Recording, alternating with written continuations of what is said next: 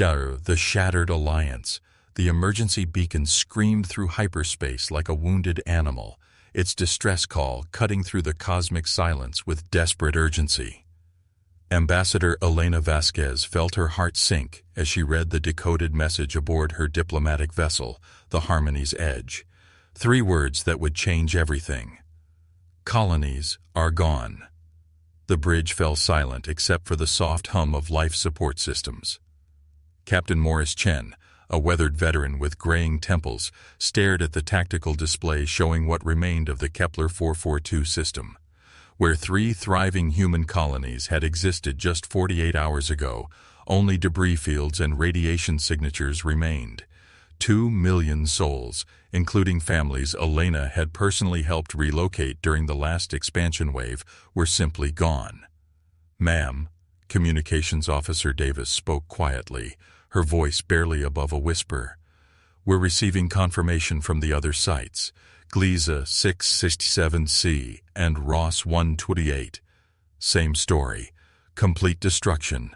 No survivors detected." Elena closed her eyes and took a deep breath. 15 years of diplomatic service, countless negotiations, and endless compromises to maintain the Galaxy Accord had led to this moment. The Zephyrian Empire, humanity's supposed allies in the galactic community, had struck without warning, without provocation, without mercy. The Zephyrians were an ancient race, their crystalline ships and energy-based technology far superior to human engineering. They commanded respect among the Galactic Council through a combination of advanced science and subtle intimidation. For decades, they had been humanity's strongest supporters in joining the greater galactic community, offering trade agreements and technology exchanges that seemed too good to be true. Now Elena understood why. They had been fattening humanity for slaughter. Captain Chen set at course for the Galactic Council chambers on Nexus Prime, Elena commanded, her voice steady despite the rage building in her chest. "Maximum speed." "Ma'am, shouldn't we return to Earth first? Report to the Colonial Defense Authority?" Chen asked, though he was already inputting the navigation coordinates. "There's no time. If we're going to have any chance of justice, we need to bring this to the Council immediately, before the Zephyrians can spin their version of events." The journey to Nexus Prime took 6 days through hyperspace. During that time, Elena's small diplomatic staff worked around the clock gathering evidence, analyzing the attack patterns, and preparing what they hoped would be an airtight case for war crimes. The data painted a chilling picture of coordination and premeditation. The attacks had been synchronized to the nanosecond across 3 separate star systems, utilizing technology that shouldn't have existed according to the Accord's weapons restrictions. Dr. Sarah Kim, Elena's chief science advisor, made a discovery that chilled everyone to the bone. "Ambassador, the energy signatures from the weapons used. They match theoretical designs from classified human research projects." Elena looked up sharply from her review of diplomatic protocols. "That's impossible. Our weapons research is conducted under strict council oversight." "That's what I thought too, but I've run the analysis 12 times. The Zephyrians used modified versions of our own theoretical weapons against us. Somehow, they gained access to classified human military research." The implications were staggering. Not only had the Zephyrians betrayed the Accord, but they had been spying on humanity for years, stealing their most sensitive military secrets and turning them into weapons of genocide. Elena realized this wasn't just an attack. It was the culmination of a long-term strategy to eliminate humanity as a potential threat. When the Harmony's Edge arrived at Nexus Prime, Elena was struck by the beauty of the massive space station that served as the galactic government's headquarters. Hundreds of ships from dozens of species formed a complex ballet around the station's multiple docking rings. The architecture itself was a marvel of cooperative engineering, with sections designed to accommodate the environmental needs of silicon-based Vrthari, the aquatic thalassons, and the energy beings known as the lumens. But as Elena made her way through the familiar corridors toward the council chambers, she noticed something disturbing. Representatives from other species avoided eye contact, conversations stopped when she passed, and several delegates she had worked with for years suddenly seemed too busy to acknowledge her presence. The Council of Races was already in session when Elena arrived. The massive circular chamber could accommodate representatives from all 47 member species, with each delegation positioned according to ancient protocols that Elena had helped negotiate during humanity's initial admission to the galactic community. High Counselor Vex Thrawn of the Vrithari, a towering figure whose crystalline exoskeleton caught and refracted the chamber's lighting into rainbow patterns, called the session to order with a resonant chime that seemed to emanate from the walls themselves. "We gather to address the unfortunate incident in human-controlled space," Vex Thrawn announced, his translated words carrying the formal tone of official proceedings. "Ambassador Vasquez of the Human Federation, you may present your statement." Elena stood, feeling the weight of dozens of alien gazes upon her. She had practiced this moment during the journey, but now, surrounded by representatives of species who had clearly already made up their minds, she felt the words catch in her throat. "Honorable counselors, 3 human colonies were destroyed without warning or provocation by Zephyrian forces. 2 million innocent civilians are dead.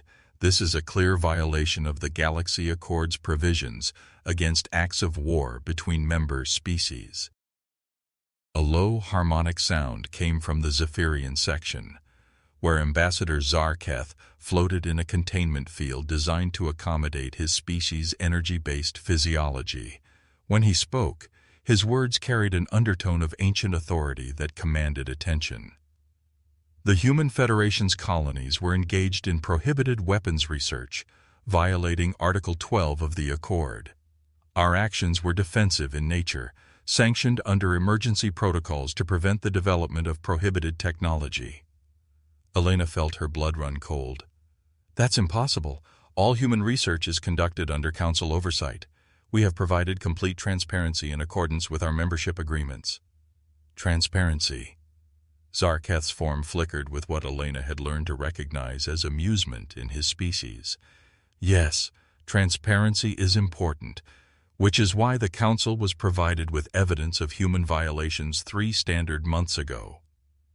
The chamber erupted in a series of sounds as different species expressed their equivalent of murmurs and gasps. Elena felt the floor seeming to shift beneath her feet as the magnitude of the betrayal became clear.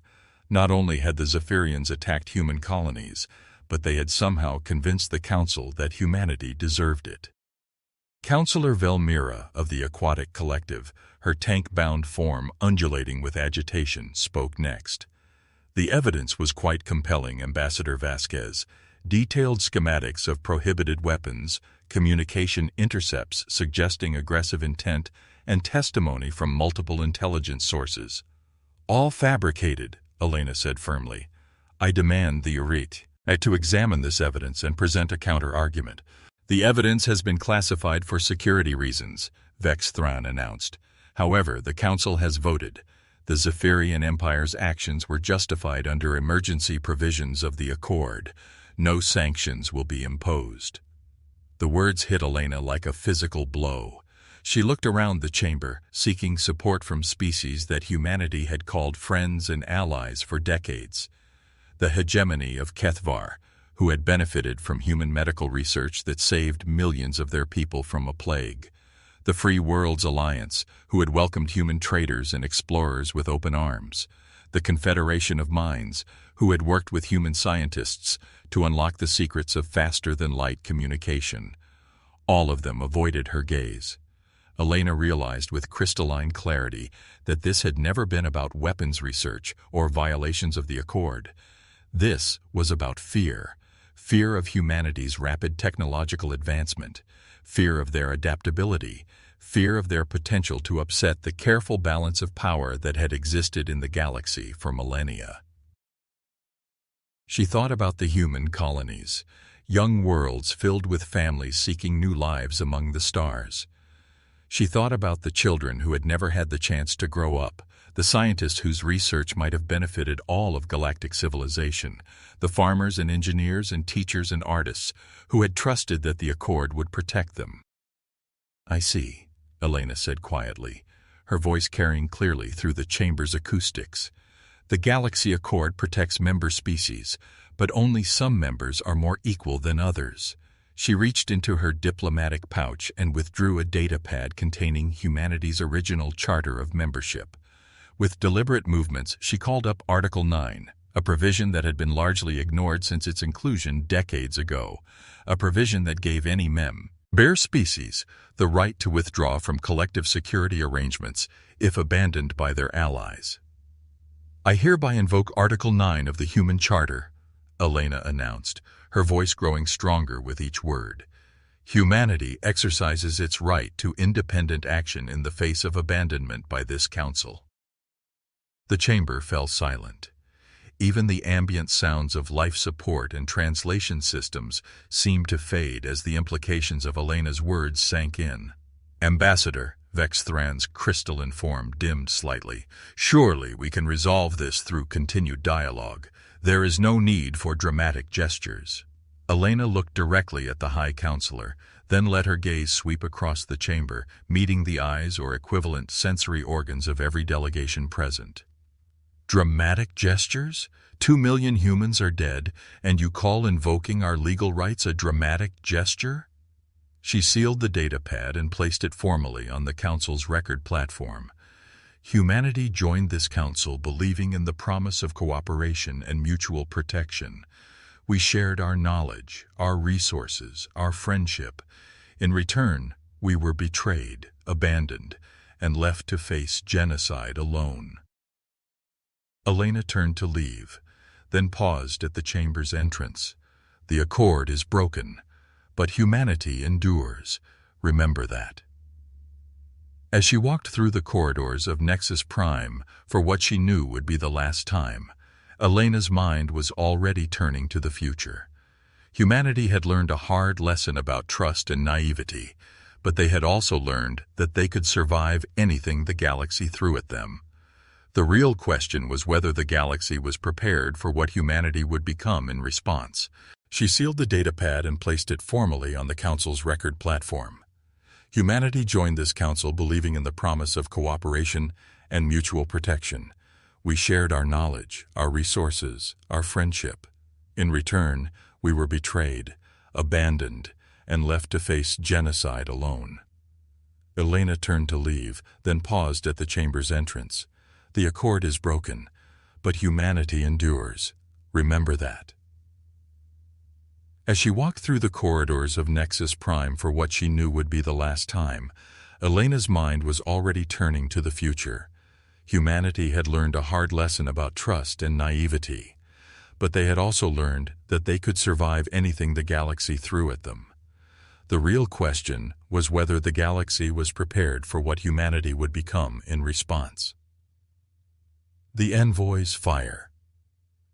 6 months after the destruction of the colonies, Ambassador Elena Vasquez stood on the observation deck of the Prometheus, watching as Nexus Prime grew larger through the reinforced viewports.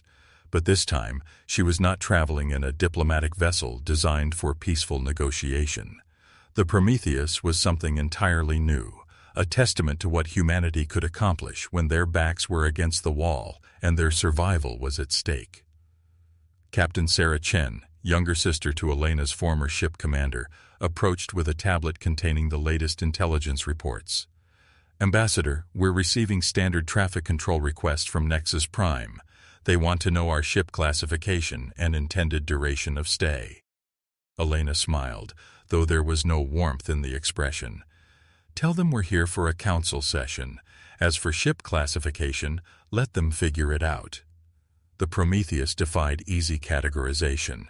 From the outside, it appeared to be roughly the same size as a standard diplomatic vessel, but the hull composition was unlike anything currently in the galactic database.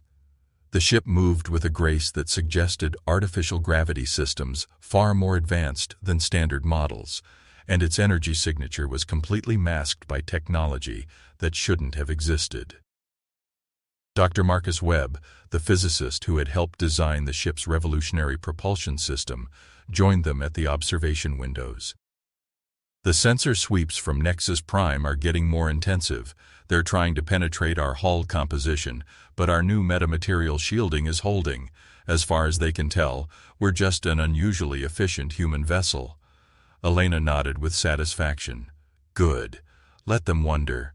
The past 6 months had transformed humanity in ways that the Galactic Council could never have anticipated. The destruction of the colonies had not broken human spirit. It had forged it into something harder and more determined. Within weeks of Elena's return to Earth, the Colonial Defense Authority had been restructured into something far more aggressive: the Human Sovereignty Initiative. The HSI's mandate was simple. Humanity would never again depend on alien protection or alien technology for survival. Every human world would be capable of defending itself, and humanity would develop the capability to project power anywhere in known space without requiring permission or assistance from other species. The results had been extraordinary. Dr. Yuki Tanaka's breakthrough in quantum manufacturing had revolutionized industrial production, allowing human worlds to construct advanced technology at a pace that astonished even their own engineers. Commander Rosa Martinez had developed new tactical doctrines that emphasized human adaptability and creativity over raw technological superiority.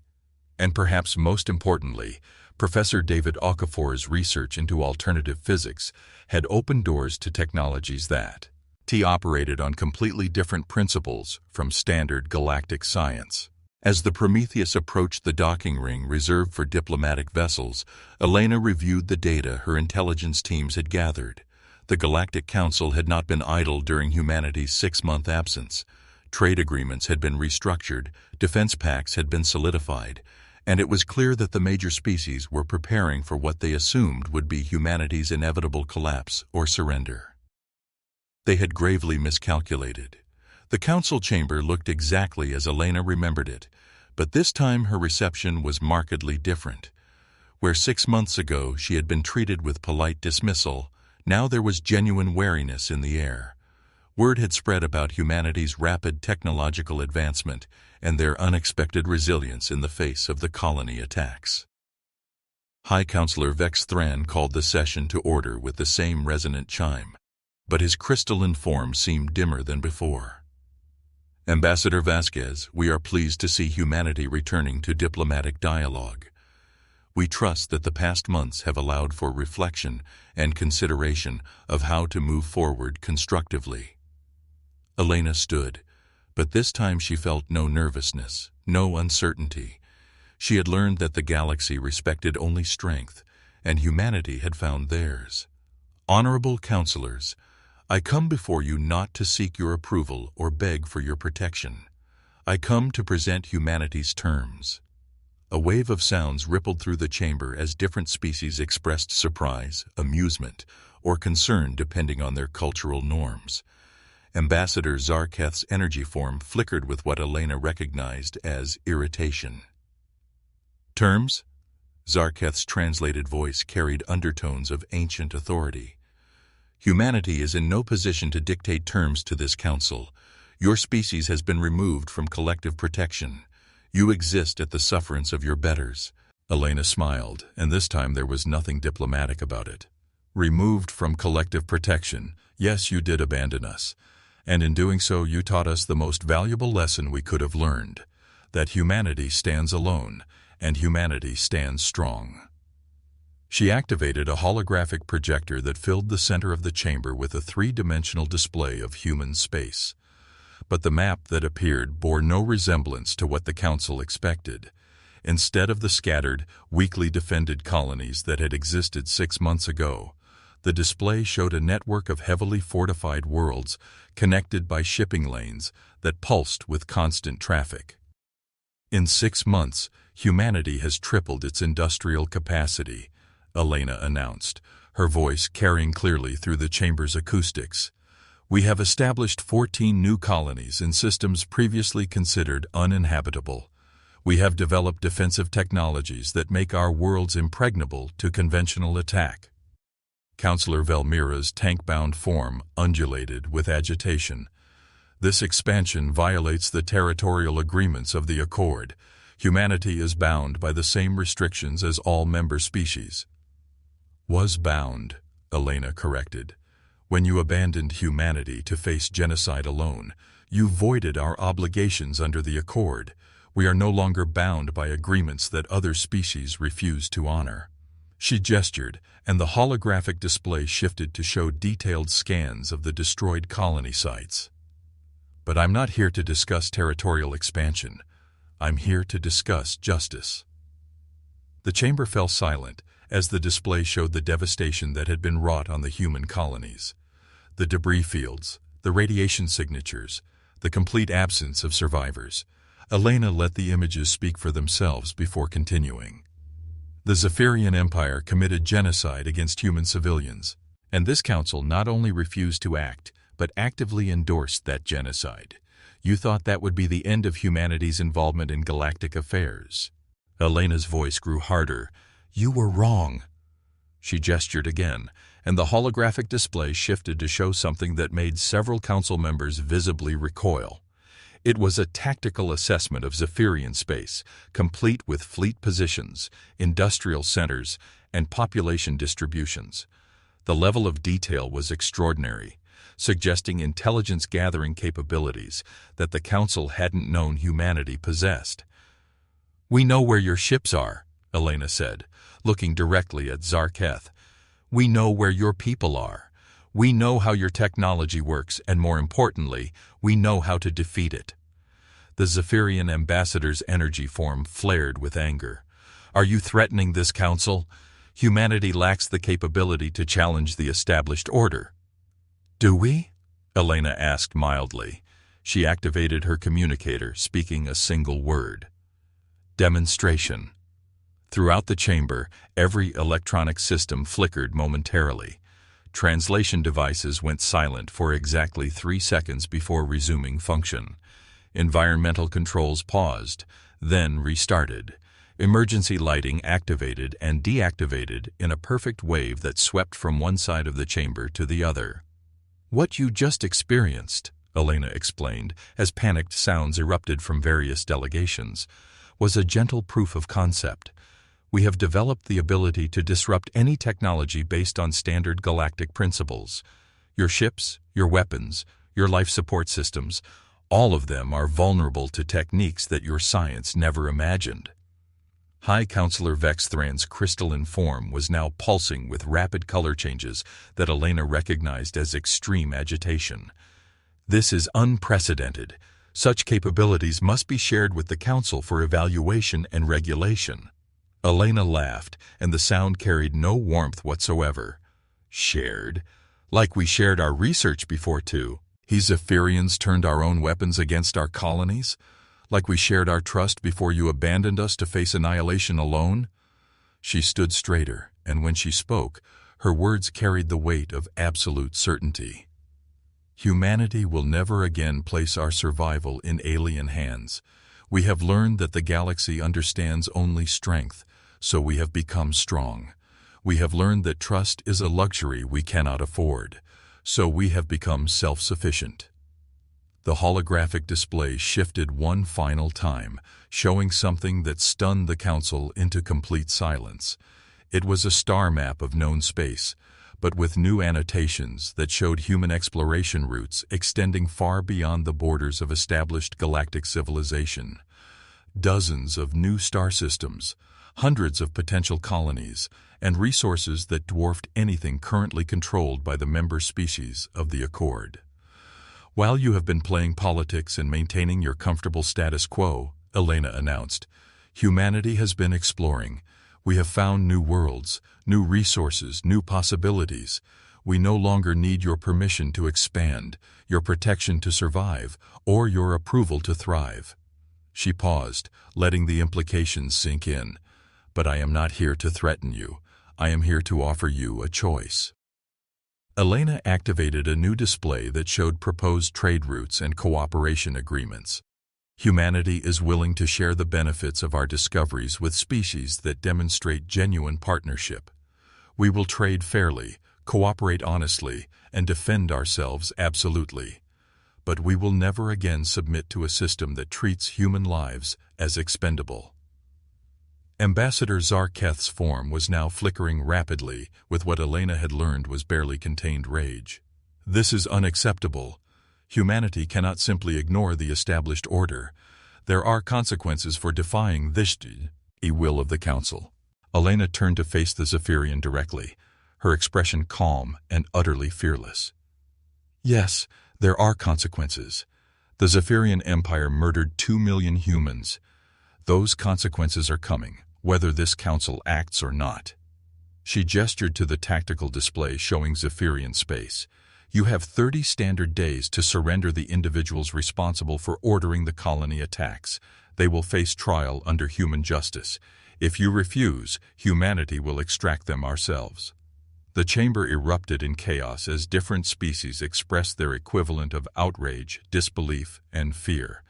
Elena stood calmly in the center of the storm, waiting for the noise to subside. This is madness, Councillor Velmira declared once order was restored. Humanity cannot dictate terms to established galactic powers. You lack the military capability to enforce such demands. Elena smiled one last time, and this expression was genuinely warm. 6 months ago, you would have been correct, but humanity has a remarkable talent for adapting to new circumstances.